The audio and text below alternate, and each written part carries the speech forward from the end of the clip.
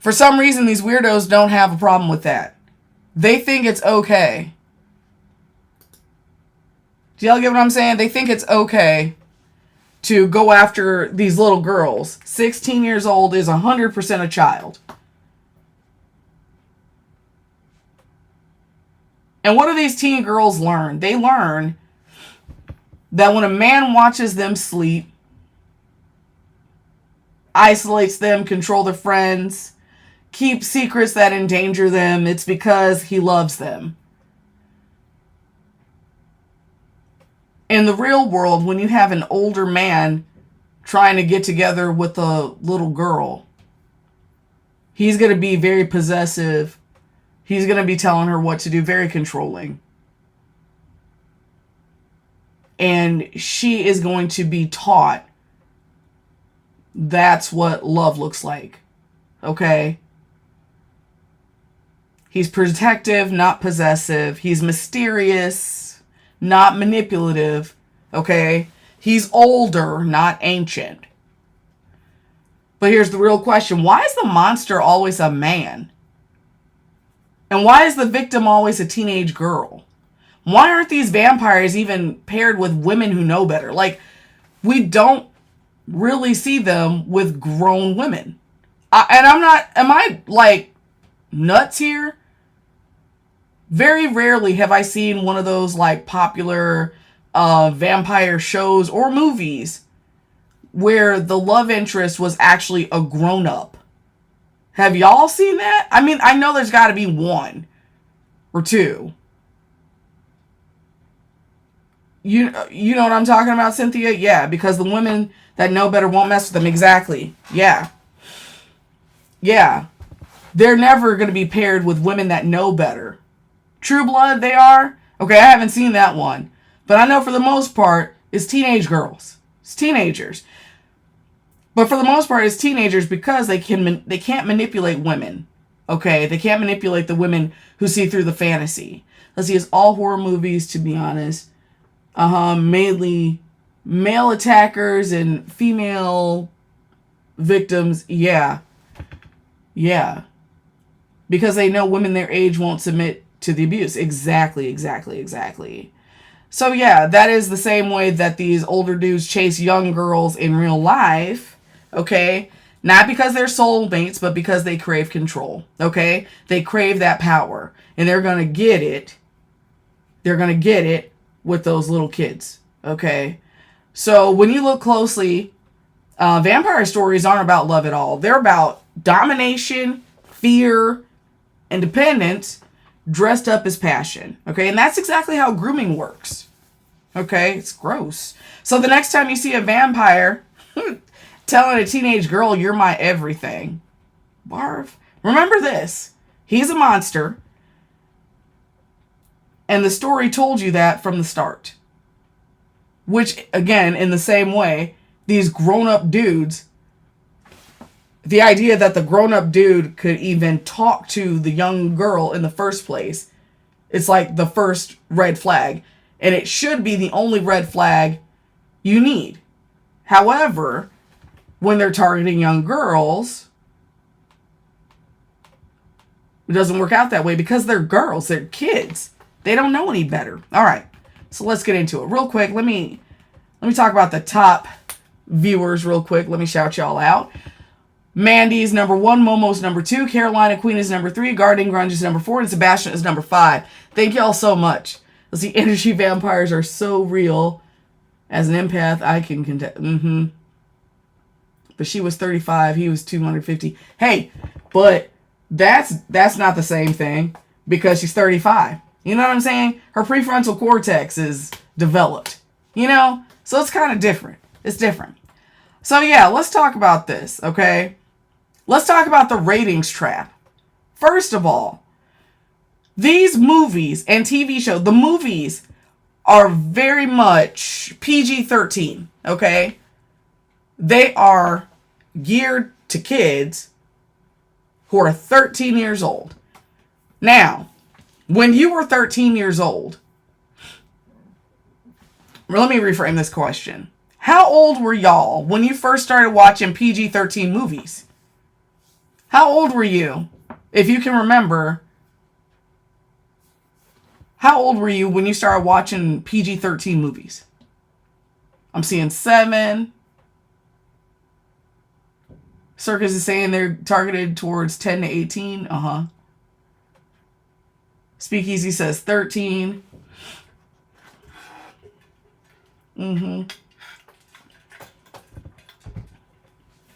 Under 13.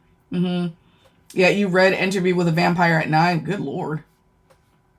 Yeah, I was under 13 years old when I started watching PG-13 movies. Because typically PG-13 movies didn't have a bunch of stuff in it that kids shouldn't see. So, and then the same thing with like TV-14 movies, okay? Your mom was strict about the age limits? That's cool. Yeah. But that TV-14, what the heck is usually in a TV-14 television show? Somebody might get hurt. Somebody might die, but there's not necessarily like gory stuff. It's not that scary, okay? Not in a traumatizing kind of way, okay? PG-13 movies, TV-14 TV shows don't show a whole lot of stuff. They show some stuff that you've probably seen in real life. I mean, other than like, fighting or whatever. Okay? 17 Jedi's. Twilight wasn't allowed, part 2. Okay. Let's see. Oh, Vampire Diaries at 12, but... Okay. But that's the thing. So, the stuff is already... Yes. It's already there. Because there are children that are probably around 10 years old watching PG-13 movies and TV-14 television shows. Because the biggest thing that parents are concerned with is like seeing naked bodies or like really gory situations. Because children typically aren't going to understand like they're not going to understand stuff about the like the dynamics of a relationship. They're not going to get it. Like a lot of stuff is going to go over a child's head. You know what I mean? So there are things that parents might feel like, yeah, we'll go ahead and watch this because they're not going to get it anyway. And I'm probably not even going to have to explain it, but yeah, let's go watch this Marvel movie. Do y'all get what I'm saying? Put a 1 in the chat if you get what I'm saying. Like, parents are like, I'm probably not going to have to explain this. It's going to go over the kid's head. Depending on what the kid has seen already. But yeah, I'm saying like, in general, the kids aren't going to know every single thing. Because there's stuff that they say and do in like the PG-13 and TV-14 things. But the kids are like, I don't even know. And it goes by so quick. Like, it just right over the kid's head. And the parents like, I don't even have to think about that. Please like the live. Please share the live. And if you can contribute to the live goal, that would be greatly appreciated. Also, don't forget to get your daily heart me and please subscribe. Oh, sorry, Momo. Momo pinned a comment and then I pinned this thing and it knocked out Momo's comment. I'm sorry, Momo. But yeah, if y'all can help me out with the sweaty teddies, because I'm in this campaign. What is the campaign called? It's something adorable. Ooh, I am a part of Live Fest. I thought if I swipe through this enough, it would like talk about it. But yeah, I'm trying to make this goal for this thing. I forgot that it did that. I'm sorry, Bobo. But yes, y'all, thank you so much for the sweaty teddies. I do need help with the sweaty teddies this live. Data Bay, thank you for getting your daily heart me. So let's talk about this. Let's talk about the 100-year-old predator. Okay? This is crazy. And I didn't get it when I was younger. You know what? I didn't even get it until... I'm not even sure when I got it. But unfortunately, I was like an older adult. Okay? So it was like an embarrassing time for me to... And when I realized this, I was like, oh my God, like how did I miss this this whole time? This is gross. You know what it was? I watched Twilight. For the first time. That's what it was. And I had never seen the movie before. Never seen it. Never ever seen Twilight. And I was like, this is a cool movie. And I sat there and watched them all. And I was like, oh, these are good.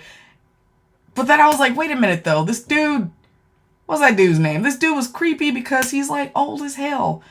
And this girl is like for real in high school. She's straight up in high school. Okay. Real quick, I'm going to show you the coverage for these things. I'm sitting here and I've got makeup wipes so I can do this. Okay. Here's the tier. Here's that, the Mask Fit AI filter. You don't need a lot. Did any get in here? Am I out of it? No, I'm not out of it. Okay. I've got a little hyperpigmentation going on like right here. It's about to disappear. Can y'all see the hyperpigmentation? Watch this.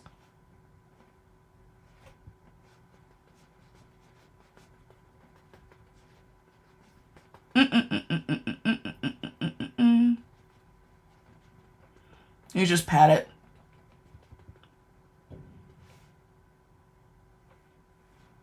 That is gone. Let's see. Twilight Saga had you in a chokehold for 15 years. Liz, thank you so much for getting your daily heart me. Ooh, and welcome to the club. Thank you. Yeah, I love this stuff.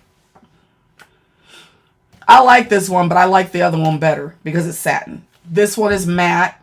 This one will take your face out of HD and give you a nice blur. Thank you, Michelle. Thank you. I'm working on it. I'm working on my skin. I'm actually making a concerted effort for my skin to be nicer. So I'm taking it seriously for the first time ever.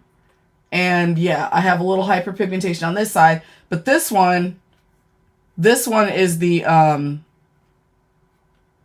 what do they call this one?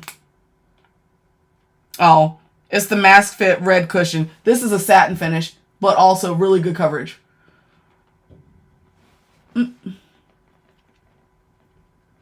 Let's see. Oh yeah, and I forgot to mention one thing. Y'all, you know how, okay, I don't like matte as much. It's not because of how it feels, not for this one. Now, normally, makeups that are matte gross me out. They gross me out because, well, I'm neurodivergent, okay? And I have a whole, like, sensory issue situation when it comes to my skin. I don't like the way makeup feels on my skin. Normally, okay? And for years, it was like, if I had to wear makeup, I just had to sit there and be like, ugh, about it being on my face, okay? This stuff, nope. This stuff, I forget it's there. It doesn't feel like anything at all. Not at all. Okay? And that's without having to do anything special, like even using like a setting spray or anything like that. Okay? Onto my face, it feels like nothing. Okay? And that is like a huge thing for me, being neurodivergent, because I'm seriously like the princess and the pea. Like, I cannot do it. Okay? If I can feel it, if I can feel the stuff on my face, I want to like, I just want to wash my face. Not at all with this. This is the first time that I've ever worn makeup that I was completely comfortable. What kind of makeup in the red? This one is a satin finish, okay? It's got really nice coverage, okay? But you don't even feel it. Same thing with this. But this one is like an AI filter. This makes you look like you've got a whole filter on your face when you don't. It is weird. It is weird. Whatever kind of wizardry is in this one, I don't know. This is tier. These are tier. This is my favorite makeup that I have ever worn, ever in my life. This is stuff that I could... Flockin', you said your mom used to call you the princess of the pea. That's how I feel about makeup and my face. Yeah. They're, I'm selling them down there in the orange, in that orange cart thingy. Yeah. Those are 2 products on there. I love these so much. I like this one better, though, because of the finish. This is cool. It's matte, but I'm getting older, and so me and matte don't really go together like we used to, okay? I'm trying to fix that. I'm trying to look younger, so me and matte go together again. And I'm actually using this skincare set to help me get there, okay? To help all that stuff happen. And actually, this one, I think, is like product 19, 18, or 19. This thing, it's on sale. for $19.99, only for a few more hours. This stuff is amazing. All the glowiness that I got going on in my skin right now, it's due to this stuff. It's a 6-piece set of amazing products. Oh my gosh. Plus, it feels fancy. But anyway, back to this. Okay. You got this 100-year-old vampire. All right. Okay. He's got centuries of wisdom. A century or more. He is a world traveler. Because what the heck else are you doing when you live forever? You're going to go see everything. He's got all this life experience, and yet the vampire soulmate is a 16-year-old girl in high school. She's in algebra 2. The girl is in algebra 2, y'all. Is she passing? Is she failing? Who knows? Who cares? She's a child, right? In algebra 2. Please like the live. Please share the live. And if you can contribute to the live goal, that'll be greatly appreciated. Also, don't forget to get your daily heart me and please subscribe. It's nasty, y'all. It's nasty. Okay?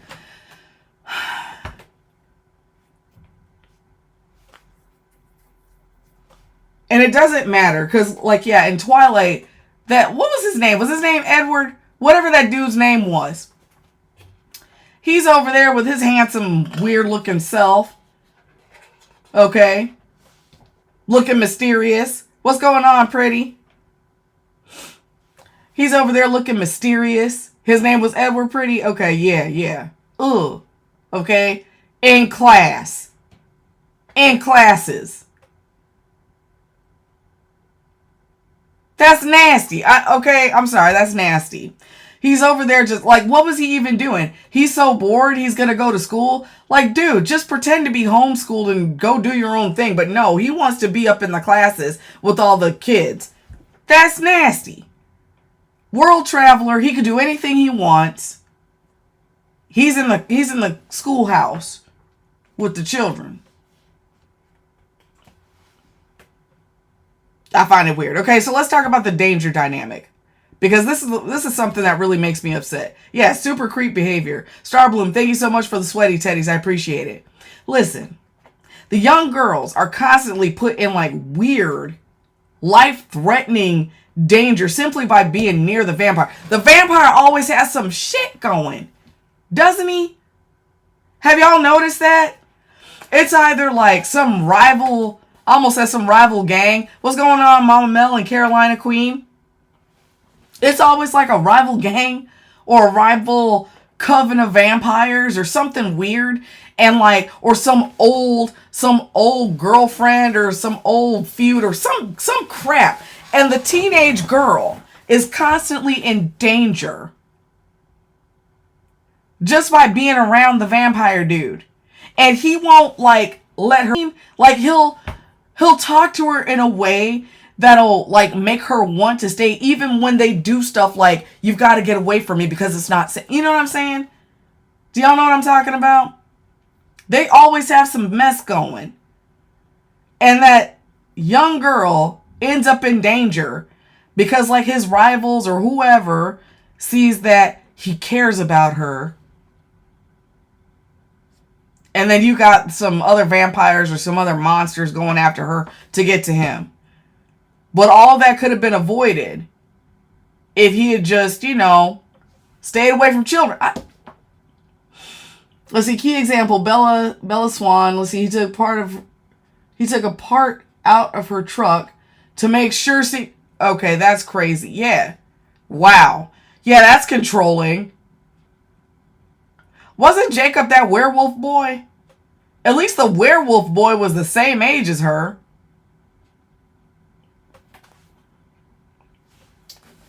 Just nasty. Yeah. So, it's weird. And here's something else weird, too. Here's the manipulation of it all, okay? Or at least one little section of it. He's allegedly proving his love for her by not killing her.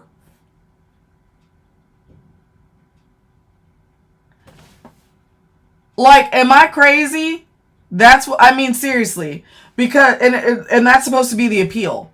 He's dangerous all by himself. Just like the dudes out here are. You got a guy that's older and he gets together with a girl that can't even drive. She's not old enough necessarily to get a job. He puts her in an apartment, move her in together. Marriage. We just talked about child brides. Was it last week?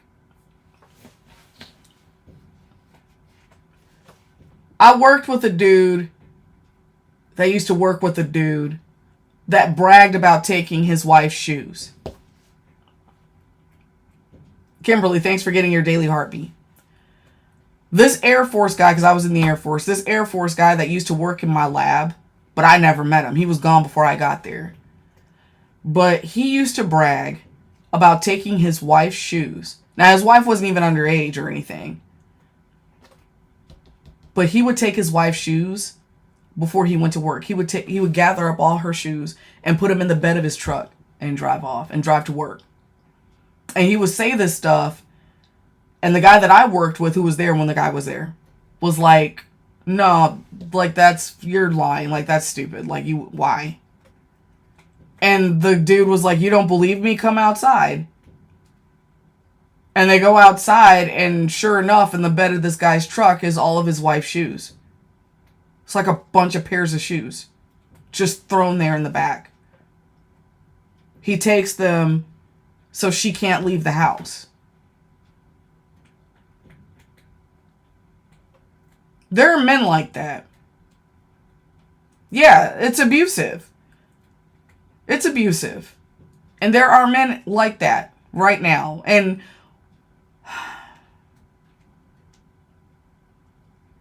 my ex would have never been able, or my ex would have never taken my shoes. I wouldn't have been able to go to work. Oh my goodness, he wanted you to go make that money. Yeah, well, this guy didn't want his wife doing anything. I walk around barefoot, so if someone tried that, it wouldn't work. Yeah. Yeah, well, this dude didn't want his wife going anywhere.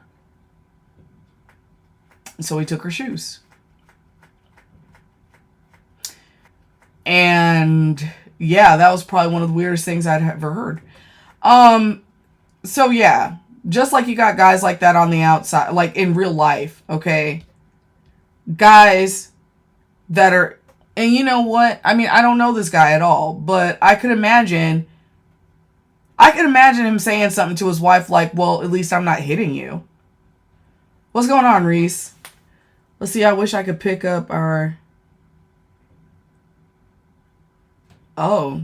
Oh, you wish you could pick our... Yeah. Serendipitous. Yeah, it's kind of scary out there. Please like the live. Please share the live. And if you can contribute to the live goal, that would be greatly appreciated. I'm in this campaign for this... I forgot what it's called, but it's something with the bears. Like little teddy bears and stuff. And so I've got to try to collect 100 sweaty teddies this live. And so far we're at 34. I really do appreciate y'all. Yeah, probably abused her in so many different ways. Yeah, I'm guessing. Let's see, she ended up testifying for the Attorney General of the state against the gang. Whoa, what did I miss? What did I miss, Mama Mel? Whoa. Ooh.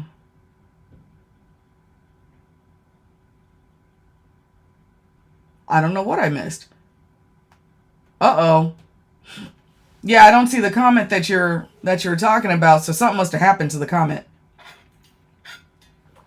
I bet you TikTok took it. Reese, thank you for the rose, and yeah, it may have gotten filtered. Lotta, thank you so much for the sweaty teddies. Yeah, it may have gotten filtered. Uh-oh. Kimberly, thanks for the sweaty teddy. Yeah. Y'all. He probably abused that woman in a bunch of different ways. And you got the vampires proving their love by not unaliving the girl. It's like, I could eat you. You know what I'm saying? But I love you, so I'm not going to eat you. But you're in constant danger. You know what I'm saying? He just ate her best friend, but he's not going to eat her. Let me shout out the top viewers real quick, because this is jacked up. Momo's number 1. Carolina Queen is number 2. Lotta's number 3. Starbloom is number 4. And It's Me, Kimberly is number 5. Thank y'all so much. So, what about the female vampire love stories? What about those?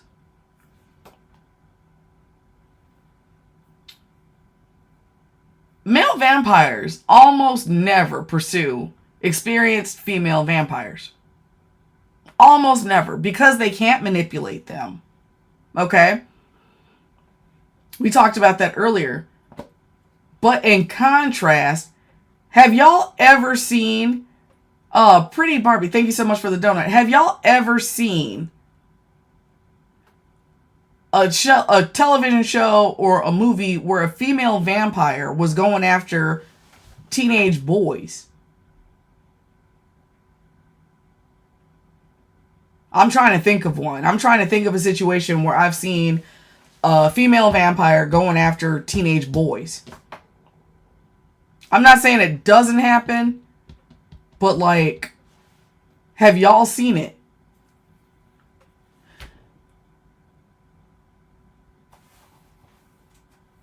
It was a Jim Carrey movie. There were a bunch of older good guys that were grooming high school girls for, ooh, gosh, that is scary. Dang, Mama Mel, there's stuff missing, and I think TikTok is like taking some of your comments. So I'm lost in whatever it is you're talking about, because I think TikTok is like filtering your stuff. And I'm not sure why. Yeah, I can't think of one either. Mama Mel, thank you for all those sweaty teddies. Once Bitten. Oh, was that the Jim Carrey one? Okay. But it doesn't say it's been filtered. I don't know. Momo, like, I'll get a message saying, like, some of the comments have been filtered. Like, just periodically. Like, what happened? You know, so I'm wondering if some of her comments are getting, like, if TikTok is just doing it. I don't know. Because I want to know about that. But yeah. Y'all, it is freaking weird how, yeah. And I always go back to, because of course my content is about prison for the most part. And I think about that a lot. Like, hell, and especially now, and I know other people are thinking about it too, because of what that woman said about like the difference between like a child and like a teenage girl. Like, that is disgusting, because they're basically the same. I mean, like, there's no... I gotta go and look at what you said. I heard about it. I saw like a teeny weeny little clip. But there are people that... of a way to say this without... I'm gonna ask y'all. Yes or no? Okay, yes or no? If the age of consent in our country was 14 years old, do you think there would be men going after 14-year-olds if it were legal? Yes or no?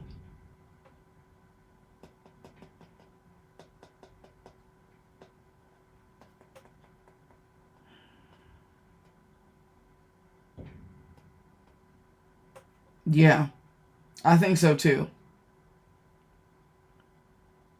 Yeah, I think so. And that is creepy.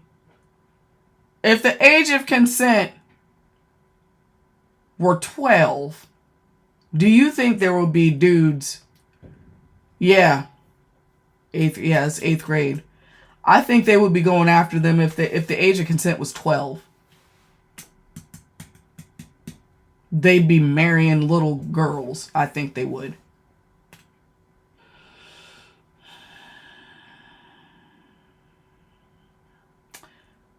And that's around the age that kids are...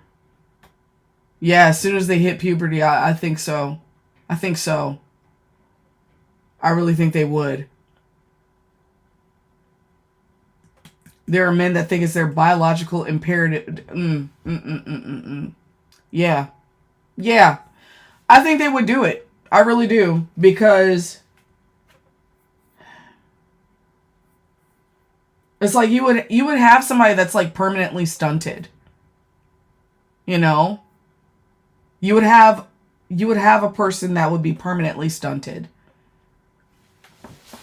You know how like you know how they say like if somebody was really young going to prison, like whatever age you were when you went to prison is basically how old you are, like forever.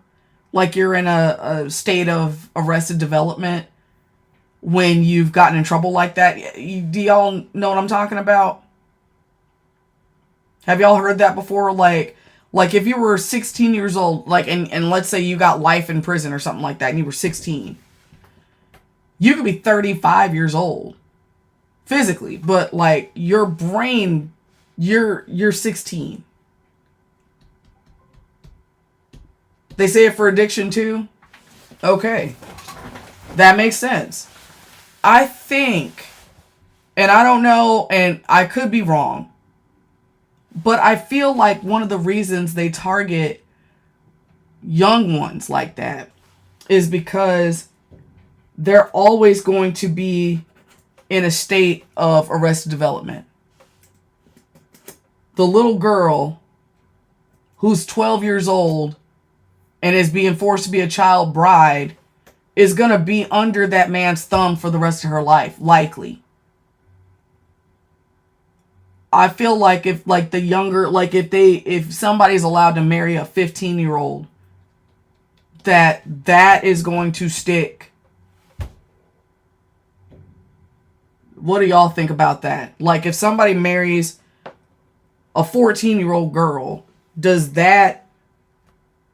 y'all think that those young girls will be just as stuck in their age, like stuck in arrested development, much like an inmate that goes to prison at 16? Oh, we did, Momo? Oh, y'all, thank you so much for completing the live goal. I appreciate y'all.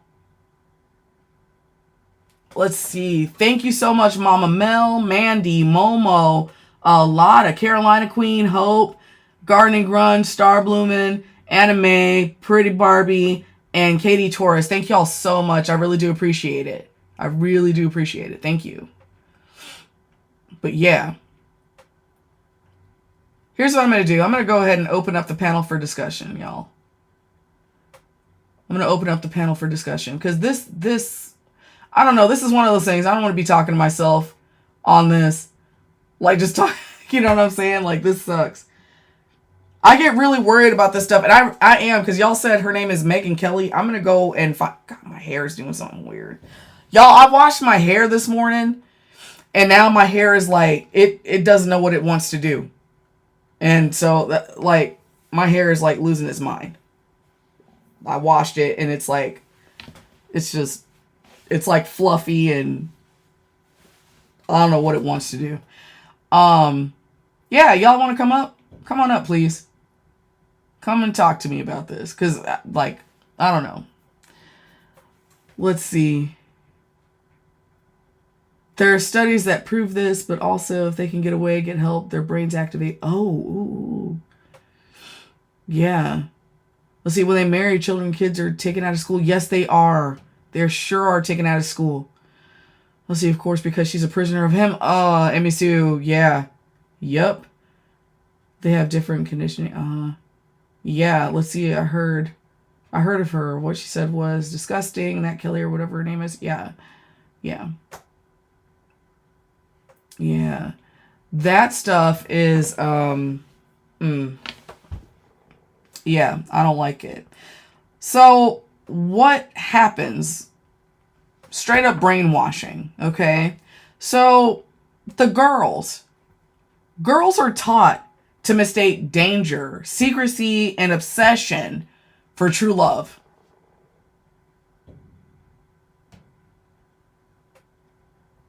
Oh. Yeah, come on up, Mama Mel. Yeah. Yeah, this is definitely a safe space.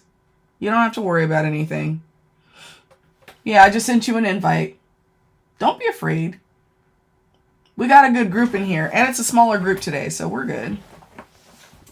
Okay. But yeah. Oh, Mama Mel, did you see the invite? Yeah, like you'll be safe here. Momo's on it. Like Momo will be chopping off yeah. What was that? Ooh. Yeah, don't be scared. You don't have to be scared. Yeah, I didn't want to say it out loud. I didn't want to say it out loud, Momo, but you got it.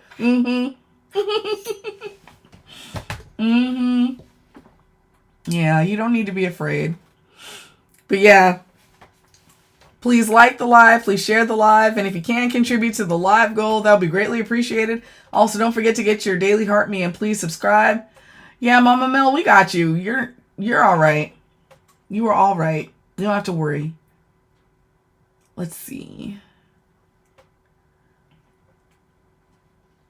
Oh, you're not sure about your settings? Uh-oh. Okay.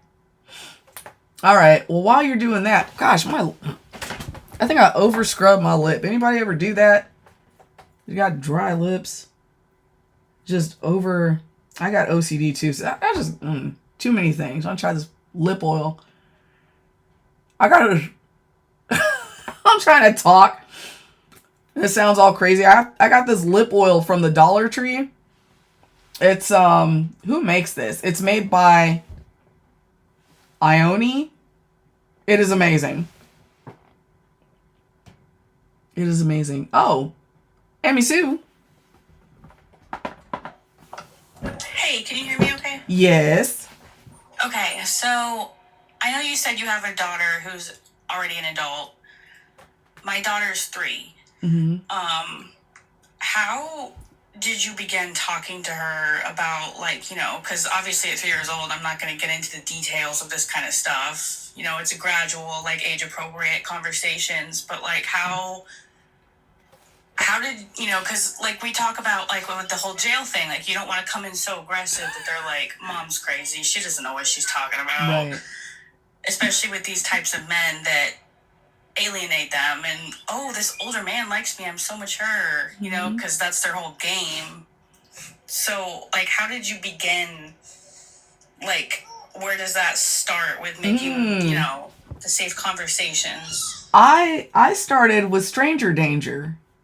Right, okay. There was do y'all remember Mark Walsh, the guy who hosted America's Most Wanted? He was the one whose little boy got kidnapped. Little Adam got kidnapped and they unalived him. He still does that? Dang. All right.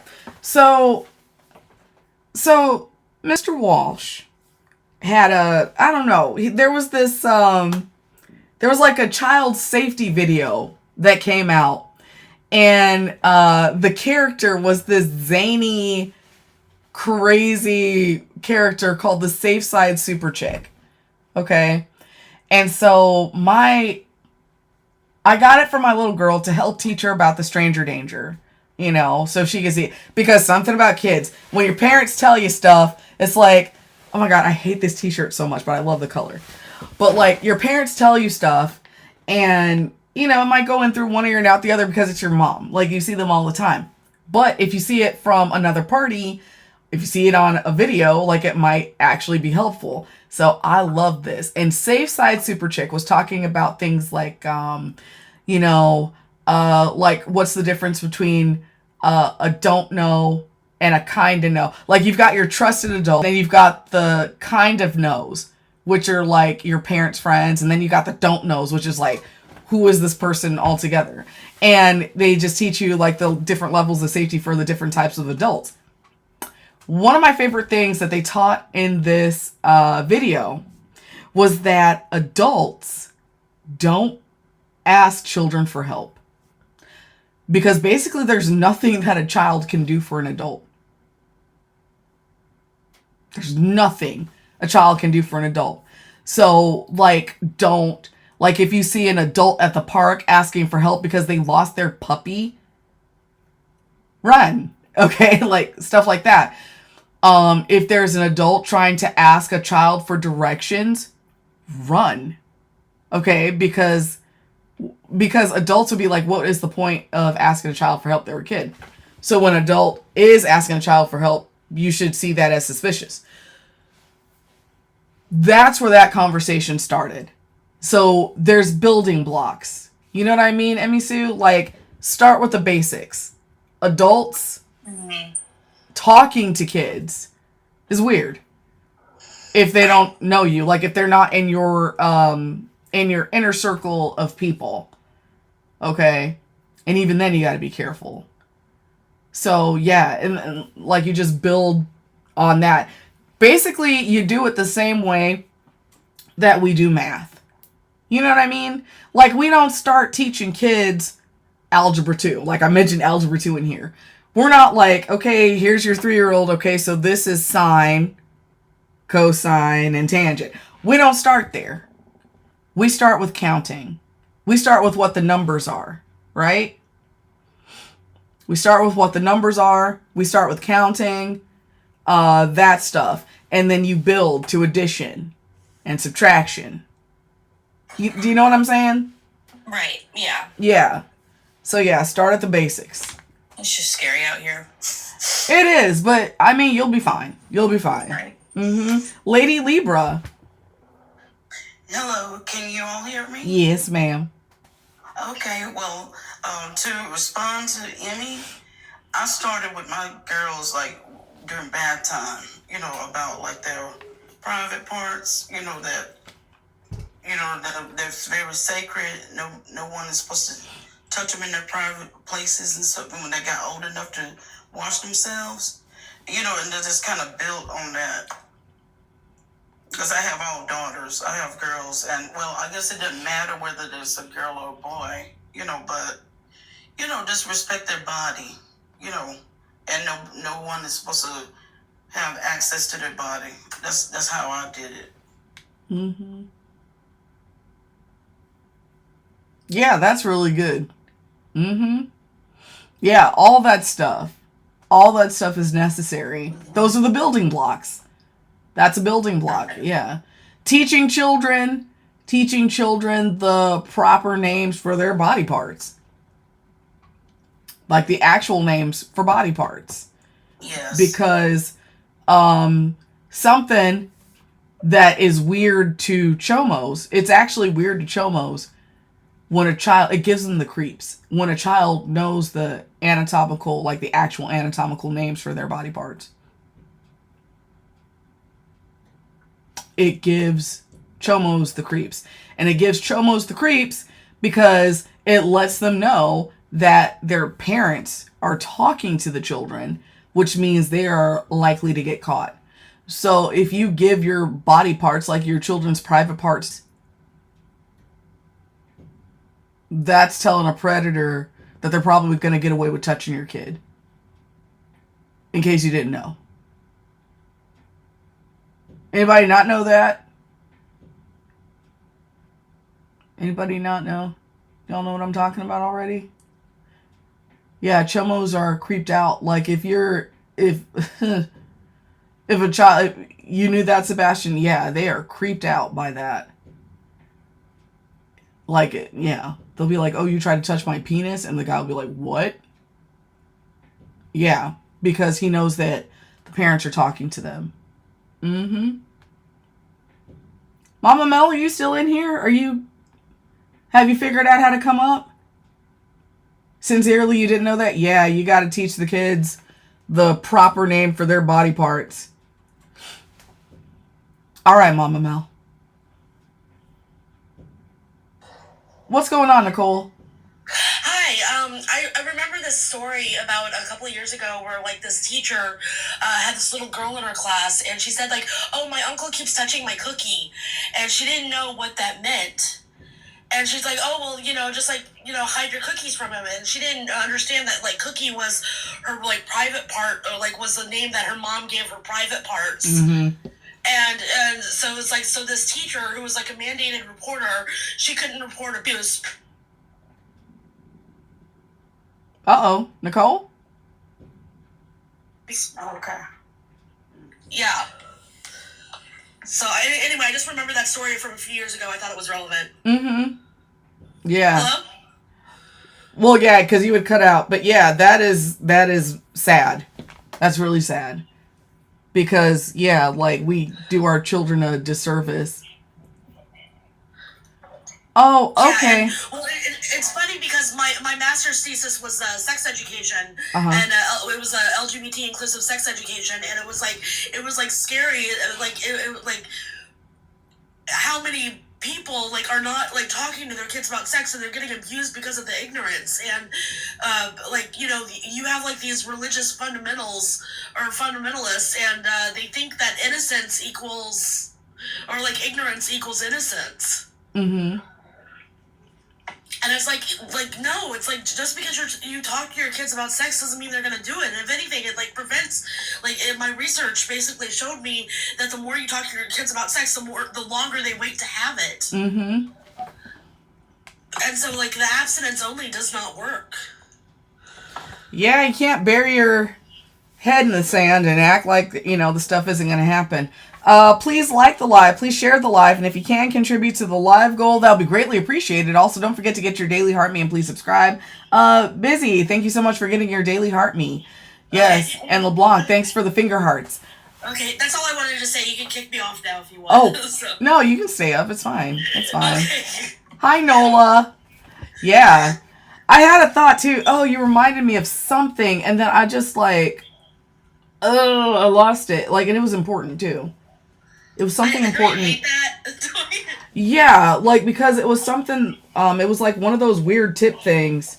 Oh, I got it. Nola, thanks for getting your daily heart me. Y'all, I need y'all to hear something, okay? And this is something I haven't talked about in probably a year or two. I made a video on it a long time ago. When talking to your children about predators, please don't tell your children that you would unalive somebody that hurt them. Don't say that stuff to your kids. Don't say I would kill somebody if they touched you. Don't do it. Okay? And the reason for that, it might be how you feel, but children have this weird thing because they're children, their prefrontal cortex isn't all there. It doesn't work. Kid brain is weird. When you tell a child that you are going to unalive somebody that touches you like that, it could make the child not report to you when it happens, because the child will be thinking, if my parent unalives this person, they're going to go to jail, and then I'm not going to have my mom, or I'm not going to have my dad. I heard this because I didn't even think about that. I heard this on a radio show probably 15 years ago. And this mom was talking about it. She was talking about how her daughter didn't report to her for a long time. And that was why. Because she was scared that her mom was going to do something and go to jail. And I think she was a single mom. And so there would have been nobody else to take care of her. She would have been without her mother. And so because she was afraid of that, she didn't tell her mom what was happening to her. And it just kept happening to her until it just wasn't happening anymore. And then when she tells her mom about it, finally, her mom is like, well, why didn't you tell me? I would have done something. I would have fixed it for you. We would have, we would have handled this. But the little girl was like, I was scared because you had always said that you would unalive somebody, and I was scared you would go to jail.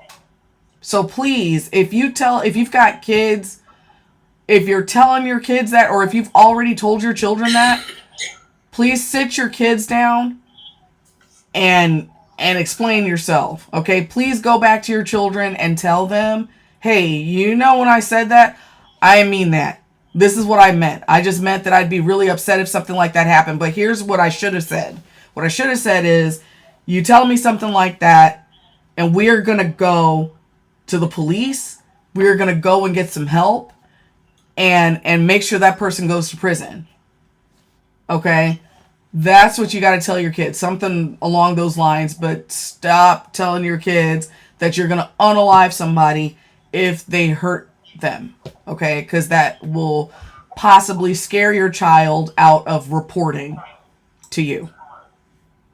Just That's saying. good information to know. Yeah. Especially with my grandkids. I'm around my grandkids a lot. Mm-hmm. Yeah, that's yeah, when I heard that story all those years ago, I was just like, oh my God, because I know it's something I've said to my kid. And I had to go have a talk with her that day. And I'm like, Thank you for sharing that. mm-hmm. Yeah, absolutely. Yeah, thank you all for your advice. Yeah, thank you for your question. I Yeah. was talking to someone, she needed 100 things. Yeah, you start with the I think basics. what a lot of like granted is that kids are a lot smarter and they make more connections than we realize. Mm-hmm. So, Oh, and then there's a book. There's a book. Oh my God. Oh, why can't I remember her name? It's on the tip of my tongue, and she and I are mutuals on here, but she wrote the book about it's a children's book, and she's got like a whole set of them. You've probably all seen her. She's a black woman, and she's got the books about the child's body safety. wait, can you describe them? I probably know which one it is. It's a book about like body safety, like for kids, like about consent and like just how to assert yourself and stuff like that. But it's like a really good series. Why can't I remember her name? Hold on, let me get on TikTok on my computer. In Mevo? I don't know. Give me a second. Like let me get on here and let me find her. I'm Googling it right now. I'm getting on TikTok. Oh, you said they were written by a black lady? Yeah, and she's on TikTok. Like we're mutuals on TikTok. Is it Crystalline Sanders Diggs?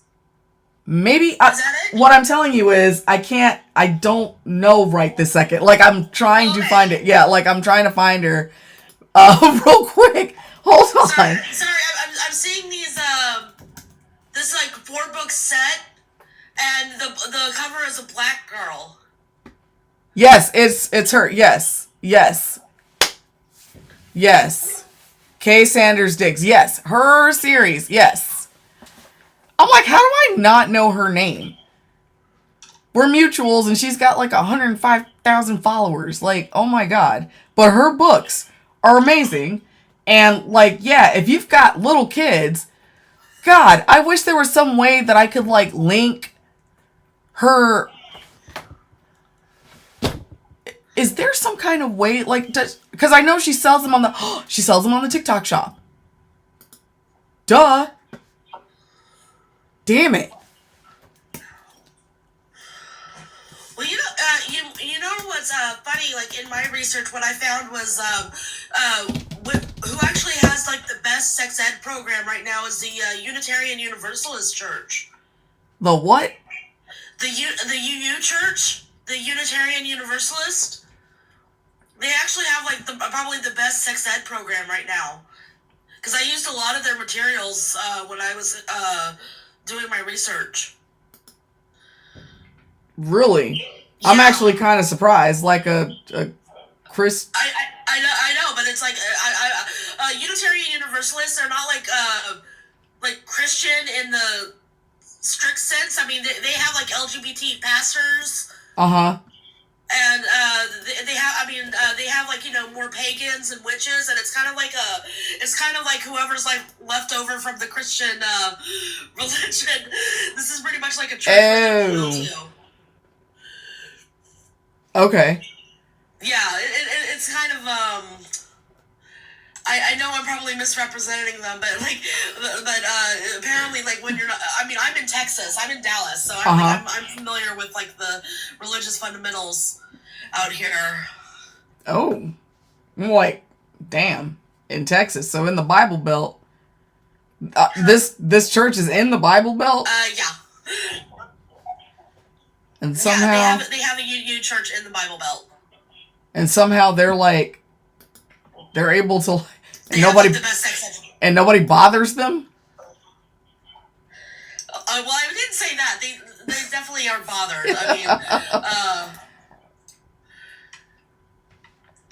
yeah, here, like, what church you... I mean, seriously, like, I live in the part of America where, like, the second question out of people's mouth is what church you go to. Yeah. Hi, what's your name? What church do you go to? Yeah. Yeah. So. Yeah. Dang. I need to put her stuff... Yeah. Because I know she sells her books on the TikTok shop. And for whatever reason, when you do TikTok on desktop, it does not work nicely. It doesn't work well. It's actually quite stupid. And, I've never used TikTok on the computer. I didn't even know you could. Yeah. Yeah, you can. Shopping is bad. It's just all bad. I just don't like it. And I know that she has her books on her, oh, hello. Let me try it this way. I know she has her books on, like linked on her stuff. Let me see. Because then I would just like put the books, like I would, if I can, like if she does it like that. Let's see. But yeah, she's got that safety kit. Oh yeah, I can sell it. Okay, cool. I'm going to add it to my showcase. I wonder... Do you get, when you sell someone else's stuff, do you get like a cut? Yeah, I would get a commission. Oh, okay. Yeah, I should sell all of her bundles. Jeez Louise. Yeah, I'm going to put all of those on there because kids need that. And that would be great for, man, that would be great for the children. Holy moly. Cause yeah, like if I hadn't already like talked to my son about this stuff, like I would have been bought these. Okay, I wonder if I can add them now? I can! Nice, okay. So I'm gonna box set 1, box set 2, and bundle 1. Okay. So I've just added the products here. Okay, so yeah, for parents that got little ones, if you've got little ones, this is like a really good series, like a good set of stuff to help teach your children. It's called, let's see, the Body Safety. It's Body Safety Wise. And I put it in my shopping cart. Or, in the, what do they call it? It's in the orange. Yeah. That thing is, oh my God. Oh my God. But yeah, she wrote a very good set of books for these children. Please like the live. Please share the live. And if you can contribute to the live goal, that would be greatly appreciated. Also, don't forget to get your daily heart me and please subscribe. Yeah, children need that stuff. For real. Okay. Oh my God. Oh my God. Because we're talking, I don't know, there's too many weirdos out there. And they're starting to, sincerely, it's the Body Safety Wise. It's in my showcase. I'm actually, it's like if you tap on the orange, is it an orange button on the bottom? What does it look like? Is it a shopping bag or is it a cart? Can somebody tell me what that is? But it's down there in the orange. I think it might be on the left side of the screen. Bottom left. It's a shopping bag? Okay. Okay, good. I was like, does it look like a cart or does it look like a bag? Okay. All right. But yeah, it's in there. It's in there. And there's 3 different sets in there. Yeah.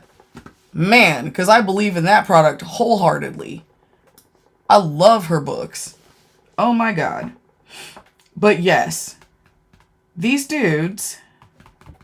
Let me get back to my outline. Where are we at? Yeah. They're brainwashing these young girls. That's how it works, okay? And so the girls are taught, they are groomed to believe that the secrecy and the danger and the mystery and all that stuff and the obsession is true love. But it's not. It's weird. Okay, it is weird, weird, weird. Carolina Queen, thank you so much for the finger hearts. So, yeah, when you've got those older men that are grooming the little girls, because that's exactly what they are, okay, and they're grooming them to believe that, abuse is love. Yeah. So let's talk about. It's not just vampire movies. It's like Disney. I mean, look at Beauty and the Beast. Yeah. Yeah, Beauty and the Beast. But this one I'm focusing more on the vampire thing because of the age gap situation. Because it's like they're trying to take it where, okay, well that's crazy, because that's like a 100-year-old vampire. But here's this guy and he's only 10 years older than you. How about that? That's not that bad. That's not as bad as a 100-year-old vampire, and that 100-year-old vampire is cool. You know what I'm saying? Yeah. Beauty and the Beast, that's a whole other thing. To me, Beauty and the Beast conditions girls to sit there and be a fix-it like a Barbara the Builder. And to try to fix a man who just sucks. Because the Beast was an asshole. And he was an asshole to Belle at the beginning. Like, he just couldn't be nice. And she had to do all this work to show him that he can open up to her. Like, the whole thing is stupid. That's a whole... Yeah. That's actually something that, I don't know, I might want to talk about. Because, golly. Well, not only that, but they had to make, like, Gaston, like an obvious jerk to make the Beast a little more approachable. It's like, no, they're both bad. Mm-hmm. Yeah, they're both bad. So, I mean, they were clearly trying to contrast Gaston versus the Beast to make Beast more approachable, saying like, oh, he just happened to be trapped in this like ugly exterior versus this handsome dude. Mm-hmm. But the handsome dude just said like, oh, I want a trophy. Like, that's the only reason why he wanted Belle is because it's like, oh, you're my trophy wife. You're like the prettiest girl in town, so therefore you're my trophy wife. And then it's like, and then she goes to the Beast, and it's basically Stockholm syndrome. Right. But yeah, that's a whole different topic. That is a whole different topic. But yeah, so let's talk about the power dynamic, the power imbalance, okay? So predators crave power, not partnership. They don't want an actual partner. Because if they wanted a partner, they would find somebody that would be on equal footing. And a child is not anywhere near equal footing to a grown man that, is able to, like, dictate how his own schedule goes. A child has to deal with going to school, her parents. She's not her own person. I mean, like, she's her own person. But she's not able to exercise all of her rights as a full autonomous human being because she's still being grown into the grown-up she's going to become. So she has to be told, okay, well, you've got to go to bed because you got school in the morning. You got to do your homework. You got to do all this A, B, and C. Do your, She's on a pretty strict schedule. But that grown-up can do whatever he wants. They cannot be on equal footing. And the predators know that. Okay? And that's one of the reasons why they go after them. Because they don't actually want a partner. They want somebody that they can mold. Golly. Y'all, have y'all ever seen a TikTok of like a snippet of somebody's podcast where the dudes are talking about how they wanted to be able to mold, or like in so many words, they wanted to be able to shape the woman they were with into the woman they wanted? Put a 1 in the chat if you've ever seen that. Like a video. Yeah, it's those red pill guys. Those red pill guys. Yeah, and they do say it with confidence. They are weirdos. They love the idea of taking a woman and making her into whatever he wants. Like that's supposed to be like a good thing. And I mean, I guess it works out for them. it works out for them. But is that really much of a life for the lady? It doesn't work out for her. It sucks. But they don't even care. They don't care that it sucks for her. You know, that's not the sad thing to them. Older men and the male vampires target young girls precisely because they lack the life experience and the boundaries. Okay? They don't even have boundaries yet. They don't even know any better to have boundaries yet. How do we figure out what our boundaries are? Anybody got anything? How do we actually figure out our own boundaries? I think a way we figure out our boundaries is through life experience. Okay? Life experience, or the just looking out at like what other, what have happened to other people, stuff you see on TV, stuff you see in the news if the kids are watching the news. But your own feelings, your own thoughts and feelings, your own personal experiences. I feel like that's some of how we figure out our own boundaries. But when you're dealing with a teenager or a little girl, okay, she hasn't had enough experience in life to set boundaries like that. Not effectively. And even if there are some boundaries she has, she's not able to really enforce those boundaries.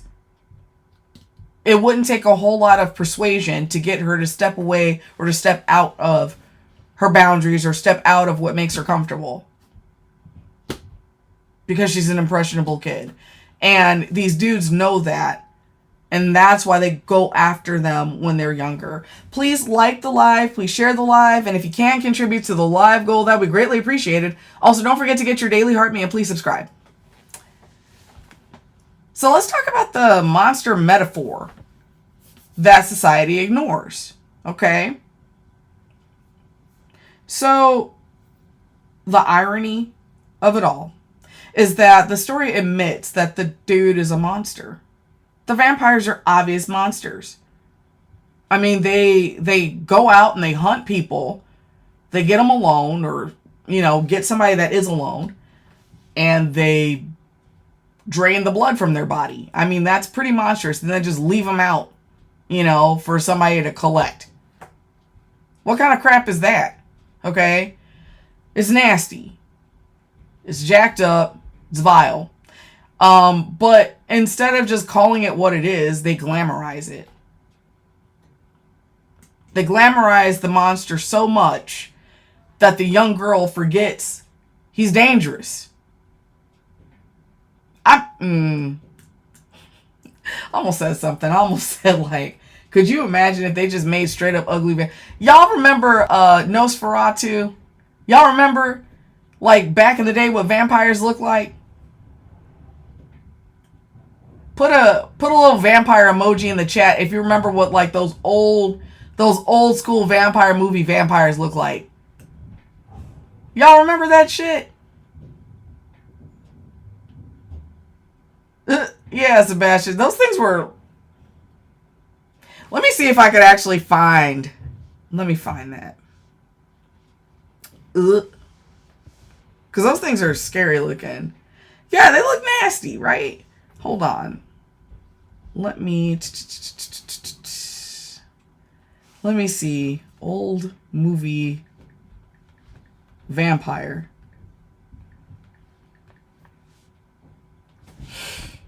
But yeah, the first thing that comes to my mind is Nosferatu. Oh my lord! Not the concealer stick. Help! No, not the concealer. Yeah, this ugly ass monster. You click on this. Come on now. This is what vampires look like back in the day, right? Is that attractive? Is that attractive?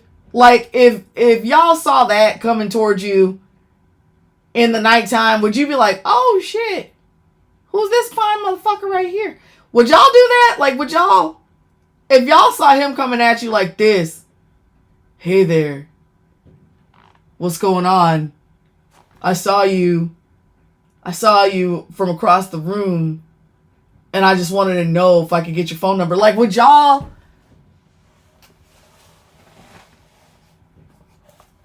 I mean, come on. Maybe if you had a cookie. Yuck. Listen. Nobody's doing that mess. If you got some money, oh, hell no. Hell no. That dude looks like a monster. They had to change the way those dudes look. Yeah, Carolina Queen, you remember now? Well, yeah, no. Yeah, no. Yeah, vampires are more attractive these days. I wonder why. I wonder why they're more attractive these days.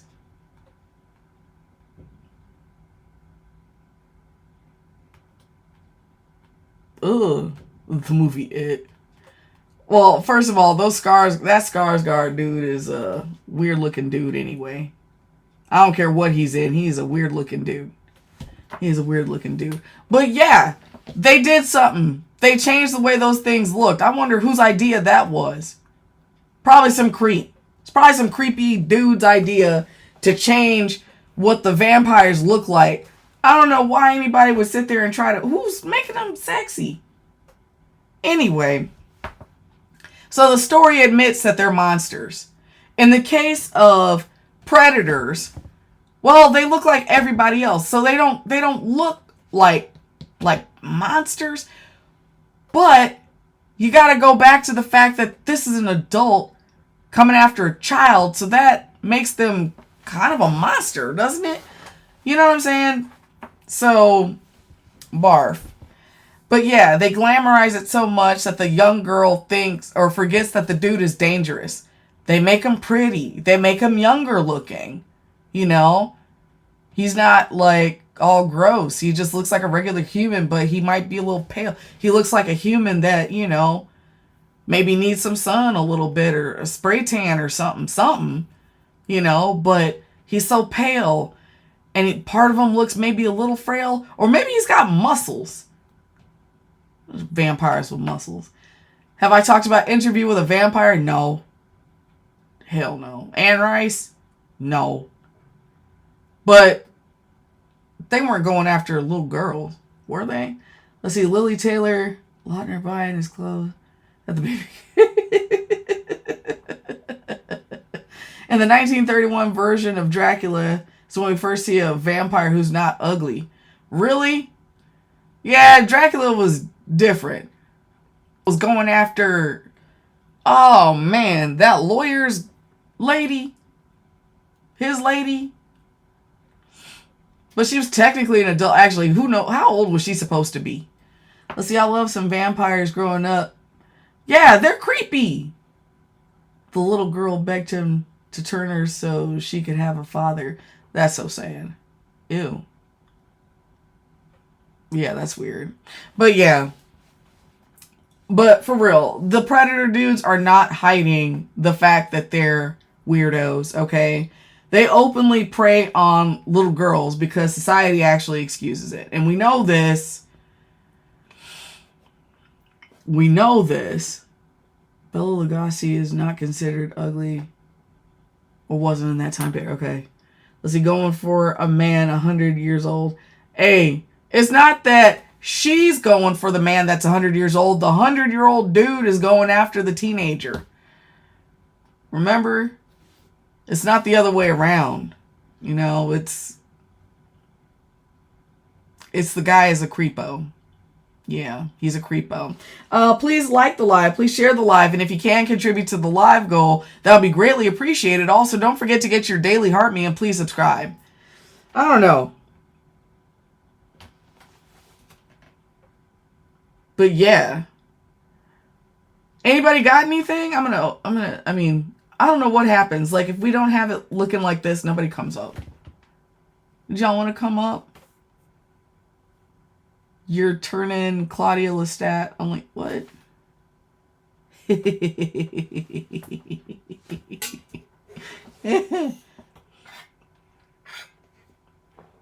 Mandy, what the heck? I thought you were coming up.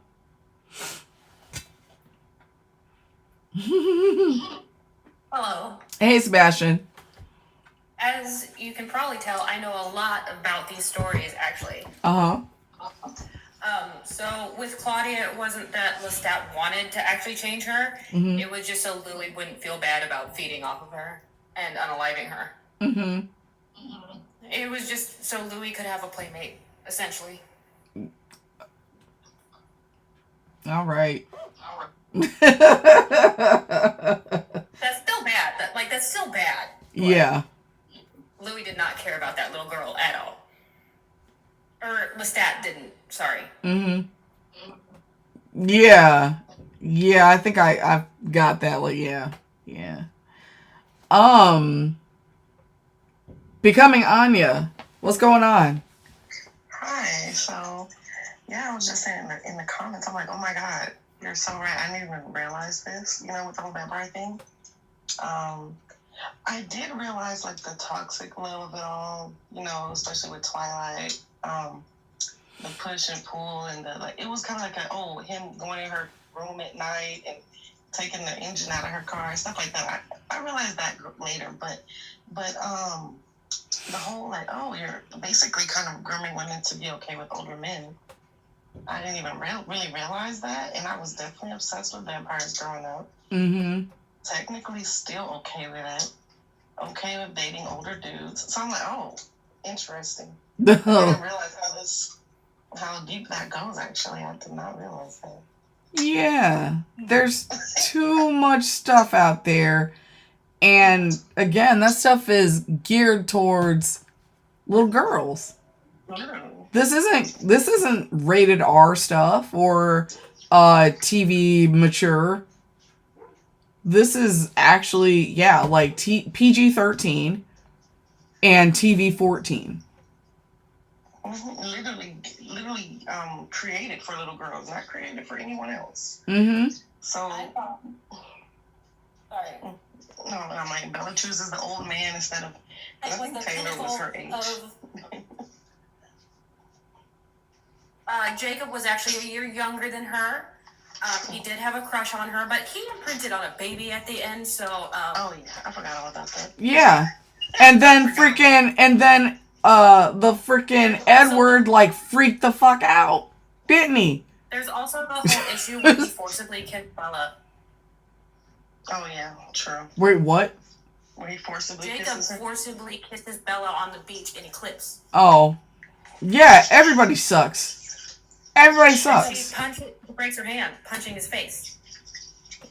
Yeah, the whole dark romance stuff is very, it's all very, toxic and stuff like that.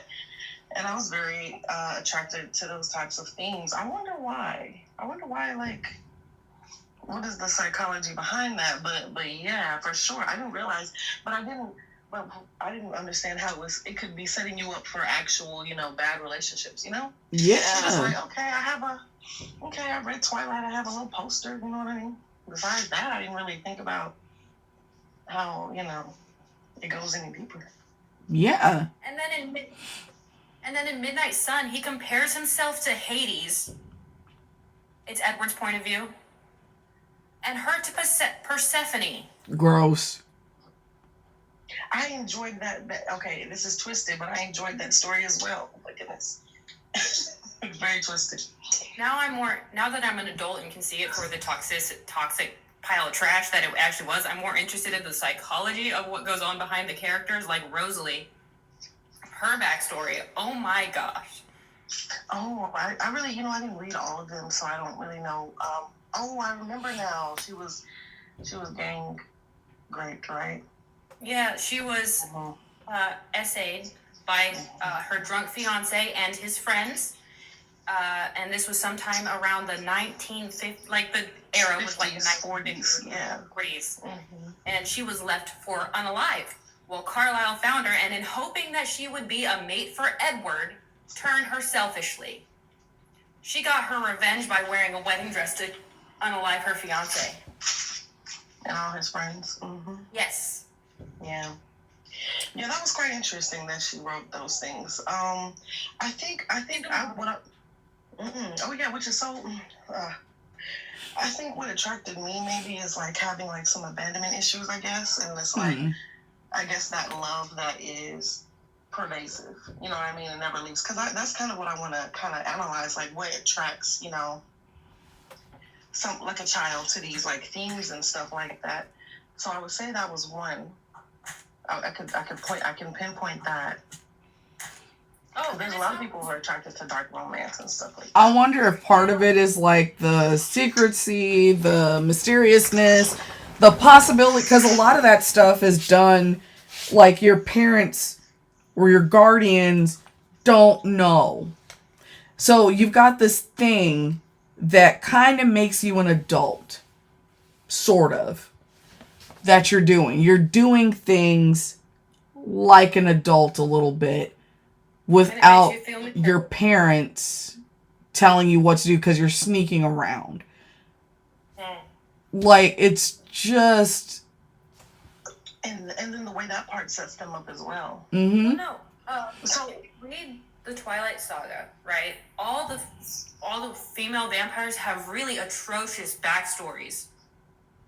Carlisle was turned accidentally. Edward unalived from the Spanish flu while he was being turned. Emmett was mauled by a bear. Jasper was a soldier in the Confederate Army, which we're not even going to get into that. But all of the women in that story have atrocious backstories. We already discussed Rosalie's. Esme's was also abusive. Alice was forcibly put into an insane asylum. I didn't even... That author hates women. Well, I don't know if it's hating so much as seeing women as something that needs to be saved. You know what I mean? That's the theme that's running through. Actually, it doesn't even seem like that. Not in that. That is abuse. So the fact that she, I think that the fact that she made Rosalie, she acknowledged grape culture, had Rosalie come back and murk all those guys. I feel like there's and why do all the women have such traumatic backstories? I think that actually acknowledges the evilness to patriarchy and the things that are done to women. Y'all don't see that? No. I mean, I see it as romanticizing it, because it's like she survived somehow and now she's a vampire. Like, it's weird. Please like the live. Hold on a second. Please like the live. Please share the live. And if you can contribute to the live goal, that'd be greatly appreciated. Also, don't forget to get your Daily Heart Me and please subscribe. So I came up here because I was like, let me stop typing that in the chat. But when you brought up Jasper Sebastian, one thing that like really like signified the whole like she doesn't like women is one, she's a Mormon. Two, Jasper was raised by like this cult of women vampires that were just turning. Yeah, she was turning all these younger vampires, like she was turning them so young for her own army. But wasn't she also like in love with a man too, Maria? The reason why she had the army. So like she wrote this woman in to groom these young boys and young girls to turn them into vampires so that she could have full control of their rage, just so that she could have an army for a man who didn't even want her. And that's the only reason why we got Jasper. For his potential power of emotional control. Like, his power is he can emotionally influence others. Right, so she turned him purely for that reason, to help keep the newborns calm. She did not love him at all. She was using him. No, she didn't. I don't like the whole thing where we're saying, well, she's Mormon, she doesn't like women. She was indoctrinated into that religion. Well, no. Yes, I don't believe that any woman who becomes a Mormon is doing it because that they want to. Like, they have to be, put in there. Like, she was probably born into it. Yeah. Yeah, listen, like, I watch all that Leah Remedy and, like, all the other stuff like that. That's a real crazy religion, and they do a lot of stuff over there. But that's why I'm over here, like, part of that is, like, puts you in the mindset of, like, how she wrote these. Because I'm over here, like, too, like, I remember being in middle school and high school when those books came out, and everyone was like, oh my gosh, the love scene to Edward and Bella. And I was like, well, hold on. How did we get here? There's so much stuff happening. And not him climbing into her window. Yeah, that was why. No, he full on admits that he's unalive people, and she's like, I don't care. Like, girl, what? Mm-hmm. Yeah, it's a lot. I feel like she also tried to like maybe like change her image or her writer image when she ended up writing the host. But I'm just over here like it still just gives me like grooming ass vibes when I read that book too. Yeah. I think a lot of our media, a lot of it is trying to get girls to put themselves in or to accept things that they really shouldn't, and letting them, it's like, let their guard down for when a dude shows up that shouldn't be anywhere near them. It's kind of scary. But real quick, you guys, I'm also part of another campaign. It's the Charmer. It's the Charmer or the Joker campaign. If y'all could find it in your hearts to help me out with this goal, I've got to get 3 of these Charmer bows. If y'all could help out with that. All right. But yeah, they're really grooming. It's really gross. But go ahead. Yeah. Is she, because I have I'm like, is she grooming or is she reiterating the stuff that goes on society?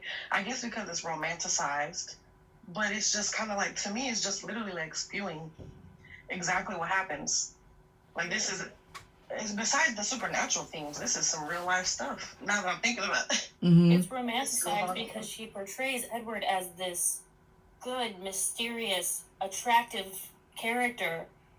It was so bad, the grooming and everything that happened, that even the guy who played Edward hated the character. And they almost fired him because he was portraying Edward as too creepy. I didn't know that. I mean, I could... Because, ew. Robert it is Pattinson creepy. hated Like, playing Edward. I He didn't did know not that. want to do it, but his agent was like, hey, if you don't, because he played Cedric in Harry Potter. Yeah, but everyone hated, all the cast didn't like their characters. Like, Kristen Stewart had a problem with her character. Like, everyone was like, nobody thinks that this is weird. Kellen Lutz loved being Emmett.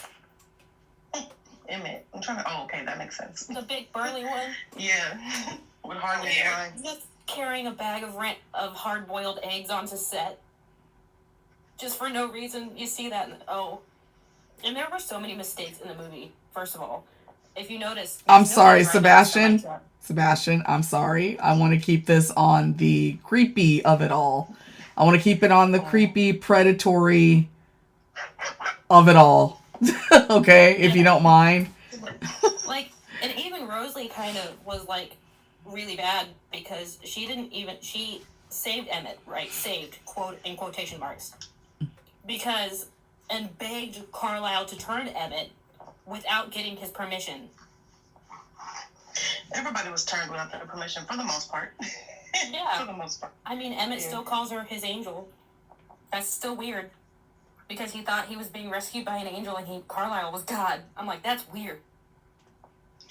I wanna kind of like think about like, so I've been hearing a lot about like, I think it is in Mormons or I think it is Mormons. I'm not sure, but I want to be really careful. Oh, okay. Because I don't really want to talk about, especially that they got a lot of power. I don't want to mess with them. I don't want to end up getting on the wrong side of them. Gotcha. Or any other. I don't really want to mess with religion that much. Okay. Yeah. Yeah. All I will say is the labor, the way that the women labor in that community is wild. It's almost akin to like the, in the Black community, how we have like women. It's almost like they're single mothers. That's all I'm gonna say. Even though they're still in that society, there's people all around. But it's just. But yeah, so I thought maybe that actually might have influenced her view of it. Because women are not able to consent without guilt. So to have someone take away your ability to consent that you quote unquote still desire can feel freeing to some people. That's kind of, I think that might be where that that fantasy of non-consent comes from. You know? I think it might be some horizontal violence. I think it might be some, maybe she was victimized and is being now an agent of the patriarchy. Please like the live. Please share the live. And if you can contribute to the live goal, that would be greatly appreciated. Also, don't forget to get your daily heart me and please subscribe.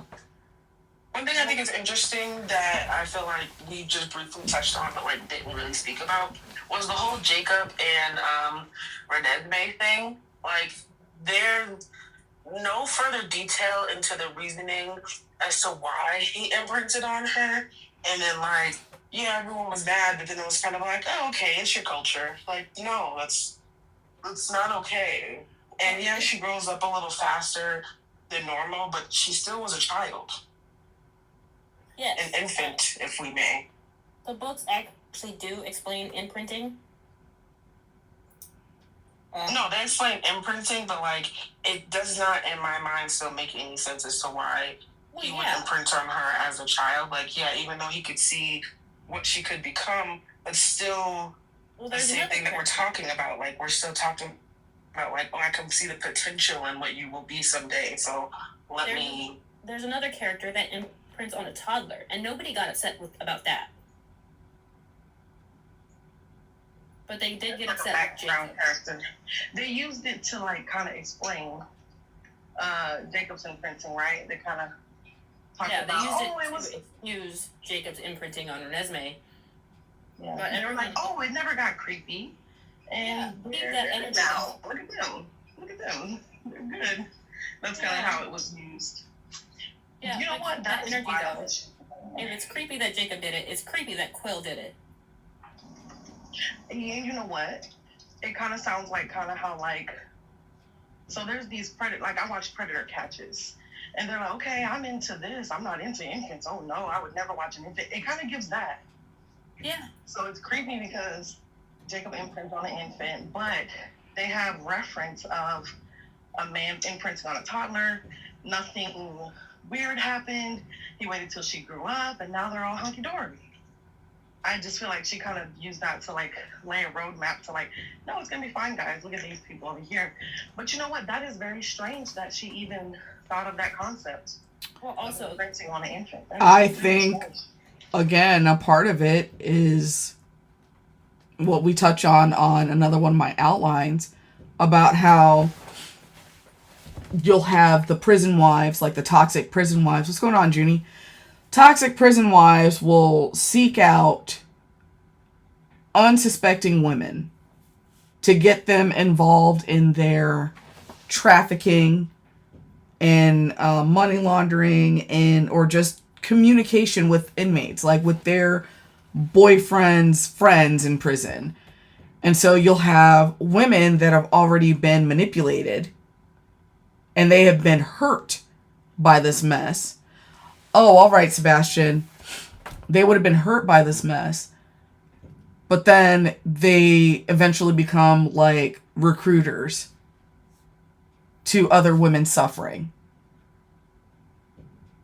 They become active participants. And I wonder if that could be what this is right here with Twilight. Because I didn't know anything about the author. I don't know anything. I've never read the books. But for it to be romanticized like it is, and there's so much weird stuff that I'm learning from you all that's in there about like, yeah, oh, it wasn't just in the movie where they're imprinting on a baby, but somebody else imprinted on a toddler. Oh, that's normal here. No, it's not. That's weird. It's weird. And what it does is set up. It's like, okay, so this thing is weird over here, so it's not as weird that this old-ass vampire's with a 17-year-old, or however old she was. It's like they throw the really weird stuff out there as like chaff and flare to protect the other weird stuff. Make that seem less bad. Like, way less bad. Oh, because Bella is almost an adult. Look at that monster over there. He's, like, imprinting on babies. Go ahead. I didn't even think of that. I was gonna say, do you think that women, you know, when you talk about the horizontal violence, do you think that women do that on purpose, or do you think that they're like brainwashed still, or you know what I mean? Like, I think sometimes they're doing it like they don't even realize they're doing it. I think there are women out there that do it on purpose. I think it just depends on the woman, but like this book, like this is definitely grooming. I would consider it grooming. I think it's gross. And I wouldn't be surprised if the author had gone through some things in her own life.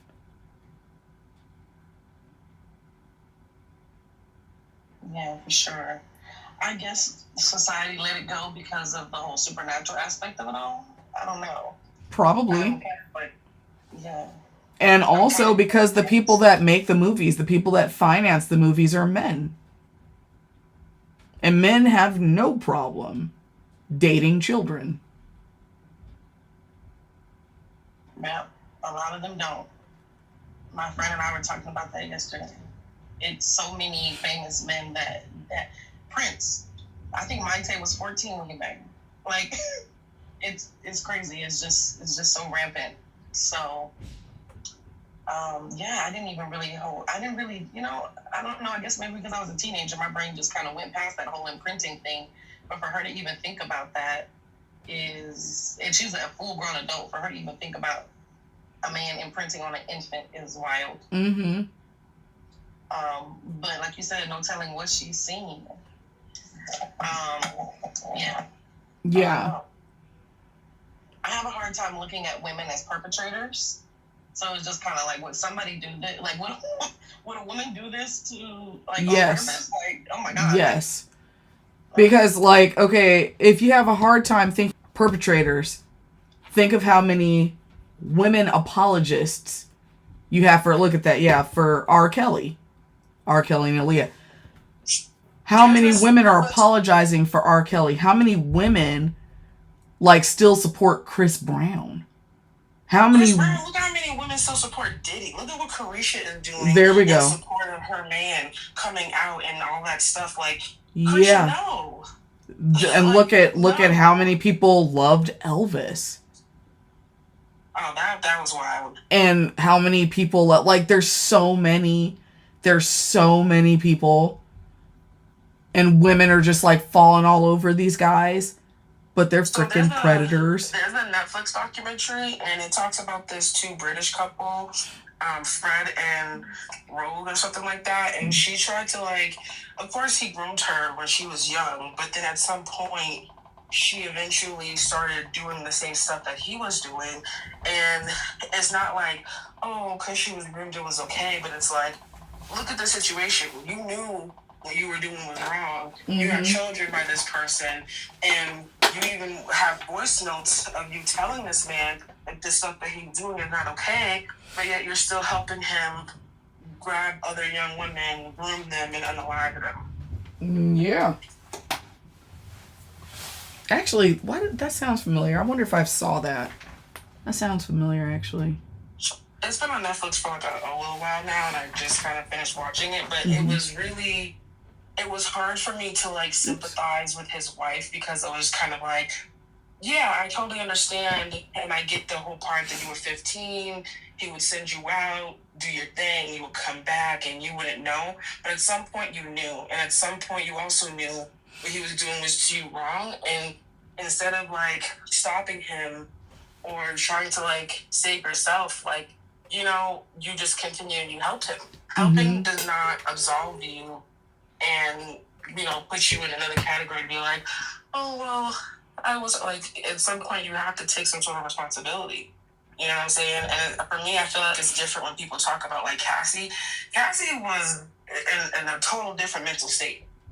She couldn't get out of that. She couldn't, you know what I'm saying? Even as she was trying to get out of it, she knew what she was doing, and she actively was like, let me call a friend, let me call a family member, let me call some of these people. There are women out there who will be like, okay, and just go along with it for the go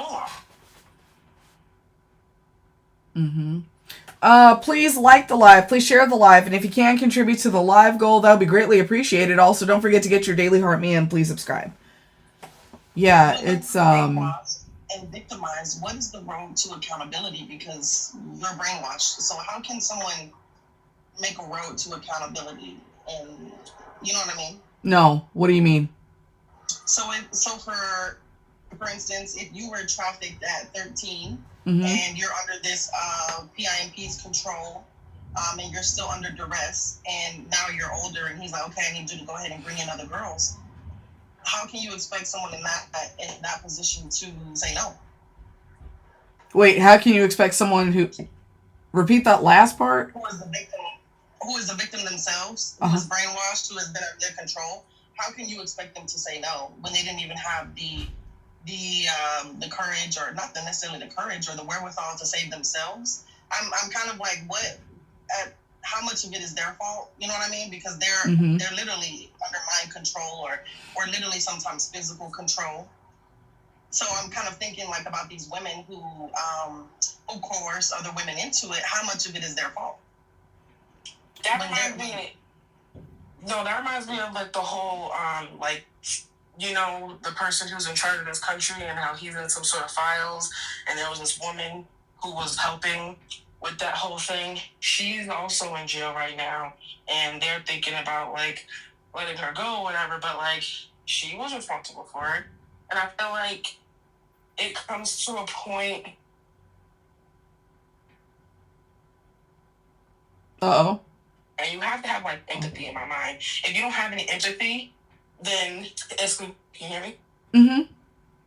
Yeah, I feel like if you don't have empathy, then it makes it hard for you to challenge that situation and change the way that you are. Because Ghislaine Maxwell, she didn't have no empathy. Not at all. But that's what I'm saying. At some point, you realize this is not okay and I shouldn't be doing this. When do you try to get your out? And it reminds me of like domestic abuse. Like at some point, people are like, why do they stay? Why do they stay? They're trying to get out, but you need help to get out. And if people don't know that you're trying to get out, or if they're trying to pretend like, oh, I did this and I did that, and it's like there's no evidence of you actually trying. You just was like, this is my life and that's what I'm in. I feel like you have to have some sort of accountability. Doesn't mean that everything that you're doing isn't justified. Not saying that we have to take away from the fact that something happened to you. It's just, when do you have empathy for the other person so that someone doesn't go through what you went through? Oh, I mean, that should, especially if you're dealing with children, you know, like that should be automatic. You've got to know that's wrong. You're doing something illegal. Go get help. Try to get help. But that's the thing. Like if you're somebody that's being trafficked, you know, I can imagine that you don't have a whole lot of choices. Oh shoot. Please like the live, please share the live, and if you can contribute to the live goal, that'll be greatly appreciated. Also, don't forget to get your daily heart me and please subscribe. Yeah, I could imagine that you don't have a whole lot of choices. Like you could be in physical danger if you don't actually help out with the trafficking. But when we're talking about, you know, people writing stories, nobody's forcing these women, these authors, you know, somebody that may have had something happen to them, nobody's forcing them to write the book. You know what I mean?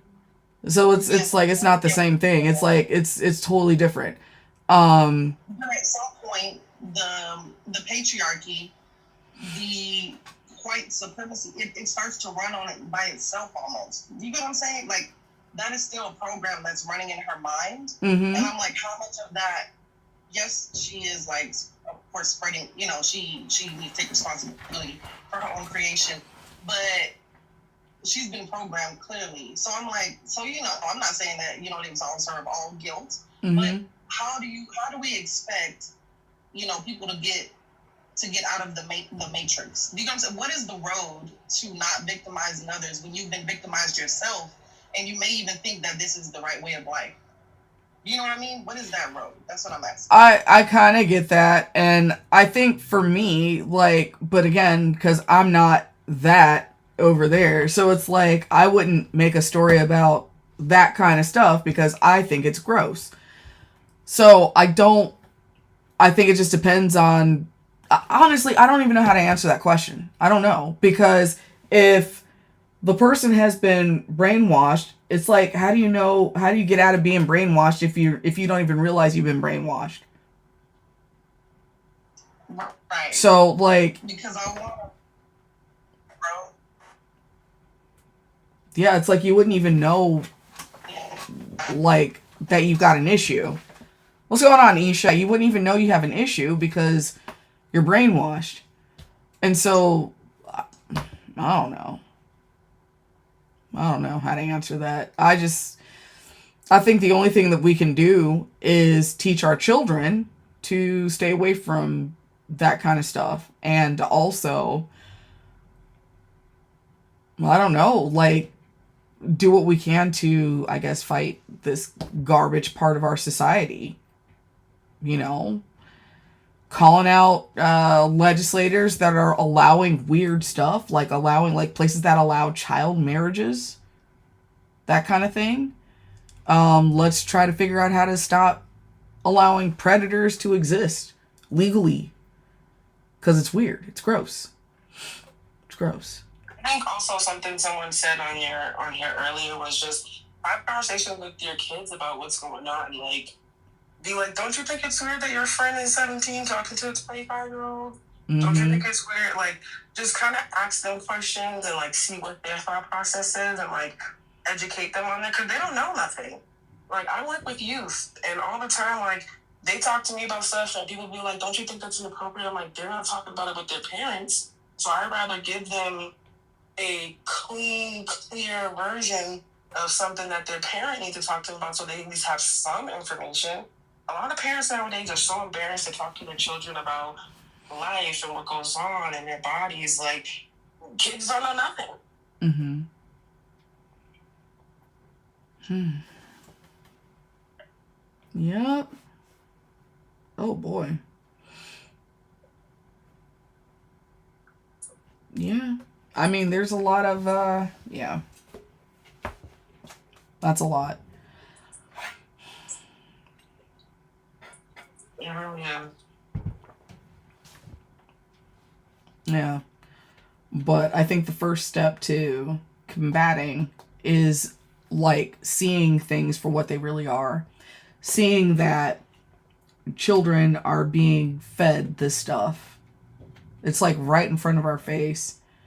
And if we can't recognize stuff as parents, you know, then our kids are going to be in trouble. Our kids could be targets of weirdos. So we have to first, like, learn ourselves how to spot this nonsense so that we could, you know, better protect our children. I think, too, that I need to start having Uh-oh. You cut out. for a Black family. We're not... Oh. Can you hear me better now? Yes. I'm saying that I think that, you know, as adults, and that Black people need to have conversations too. Like, there's so many times where, like, you know, you can't have this conversation with your child if you ain't there your own self. Mm-hmm. You know? And I feel like maybe that's why women like that write those types of books, because maybe they're trying to, like, speak out on it. I don't think so. I don't think they're trying to speak out on it, because nothing really was calling them out for being weirdos. They're not trying to speak out on it. They're capitalizing off of grossness, off of weirdos, riding a wave, like, knowing that people like to hear stuff like that, and it serves a purpose. I don't think she's trying to speak on anything, because then the story would be completely different. There wouldn't even be a story, because it would end fast. Oh, I told my dad and all his buddies came out with some wooden stakes and they all took out all those vampires over there. Like, that's how there would be there wouldn't be a romance, if that wasn't, it's not about speaking out. It's because what did it do? We got all those, I think they even had Burger King meals or McDonald's meals or whatever the hell. Who's Team Edward? Who's Team Jacob? Bullshit like that. Like, it was a media frenzy. Like, people were No, it wasn't about speaking out against it. It was straight up promoting this kind of crap. And a lot of people fell for it. It's nasty. You know, like it wasn't about trying to help anybody. It was making money and selling little girls this idea that this stuff is romantic. You too can find yourself a dangerous, mysterious boy. He might not be a vampire, but he might be a dude that's a few years older than you. And that's okay. And it's okay because your mom likes Twilight. Your mom likes Twilight. And so if your mom likes Twilight and doesn't see anything wrong with it, then, like, just weird shit. It's just, no, it's nasty. It's nasty. And I'm sad because I didn't even recognize it. I didn't even recognize it until just a few years ago. It's like, ew. I mean, like, I had no... Once your brain starts to develop more and you get out of that thing, you be like, oh, I've never gone back to read the Twilight books, watch the movies after a while. Because I'd be sitting there watching it like, did we not... Is this not...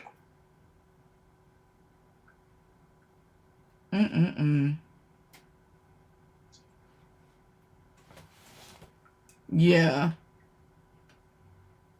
Yeah, this, I don't know. It's gross. It is what it is, and it's nasty.